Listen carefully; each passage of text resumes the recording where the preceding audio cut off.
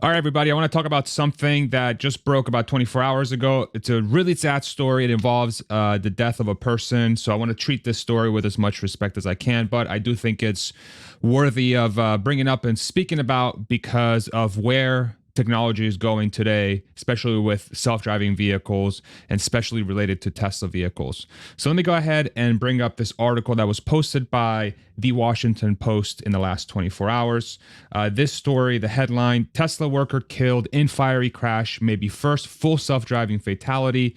Evidence suggests the advanced driver assistance system was engaged during fatal crash that killed a recruiter Hans von Ohane in 2022.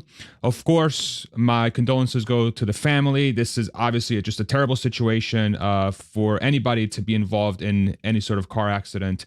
But the way this story was framed by the Washington Post, I think highlights some of the challenges that self-driving technology is going to have in the next decade, mainly because anything that has self-driving and something terrible happening in the same realm or the same neighborhood, media is going to use that to drive a lot of traffic to their websites or to their publications. Now, a little bit of background on the story. There were two friends that were going to play golf, and on the way back, the car crashed. It had a terrible fiery crash, and that one person, that Tesla employee, died in that crash. And based on a recent interview that the Washington Post did with the other person that survived the crash, Mr. Rossiter, he said that he believes von Ohane, who's the driver that died in this accident, was using full self-driving, which, if true, would make his death the first known fatality involving Tesla's most advanced driver assistant technology. Now, if we go further into the article, there is a piece that says that von Ohane and Rossiter had been drinking,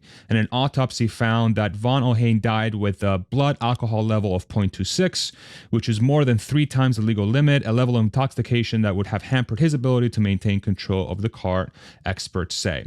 Now, what I find very interesting about the story, unfortunately, again, this is a terrible thing to talk about, but I think it's very important to talk about within the context of where self-driving technology is going, is that in the headline, Tesla worker killed in fiery crash, maybe first full self-driving fatality, doesn't include anything about the driver being intoxicated. Of course, incredibly unfortunate, but I find that to be a pretty big piece of the puzzle here when reporting on this death. After the piece was published, this is Rohan Patel. Rohan is part of the Tesla policy and business development team for Tesla. He made a statement where he said, in this tragic case, we have no data evidence that any system was or was not enabled and have cooperated with authorities fully. So what we do know is that FSD beta software was not downloaded onto the car. Important to note that the regulators forced us to report an accident to NHTSA, even if we have verifiable evidence that the ADAS system was not enabled. And so what I find interesting here, again, the unfortunate piece of this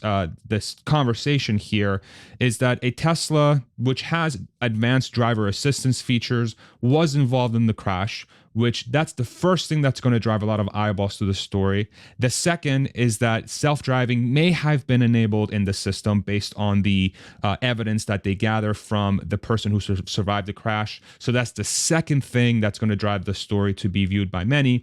And the third one is that, unfortunately, again, horrible thing here, somebody died supposedly because of those technologies. But if we take Tesla to their word, the car was never equipped with the full self-driving technology. Now, they may have been using the autopilot system, which the autopilot system is, think of it as a very advanced cruise control system with lane keep.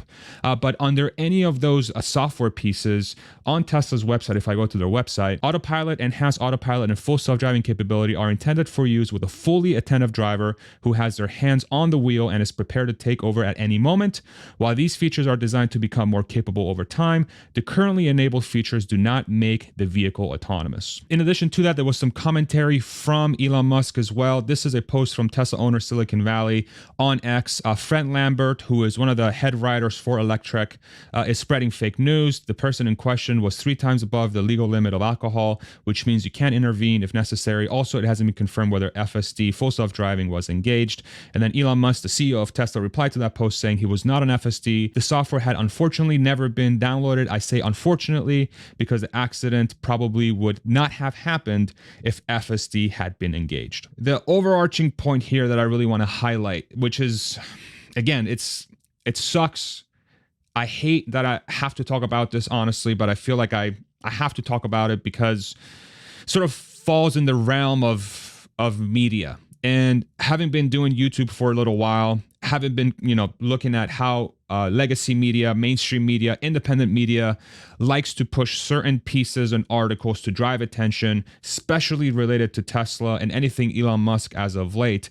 This kind of recipe, I believe, it's probably just the beginning, and it doesn't matter how dark the outcome is. Now, as somebody that is a huge fan of self-driving technology, somebody that thinks that in the long term, this thing is going to be truly game changing and it's going to reduce the amount of accidents we have and the fatalities we have from this technology. This is not a surprising thing that I see developing now.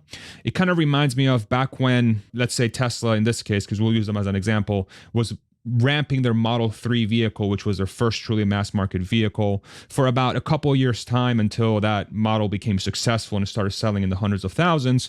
There were a lot of stories running that were pointed to, hey, this is not going to happen. This is a massive failure. The company is going to go bankrupt.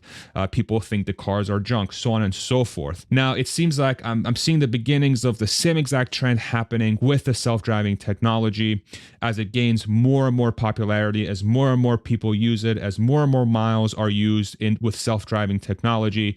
And unfortunately for companies like Tesla and Elon Musk, who are huge keywords for media publications to drive eyeballs to their work, and until it becomes commonplace and accepted by everybody, this type of content, this type of news reports will be extremely popular to run.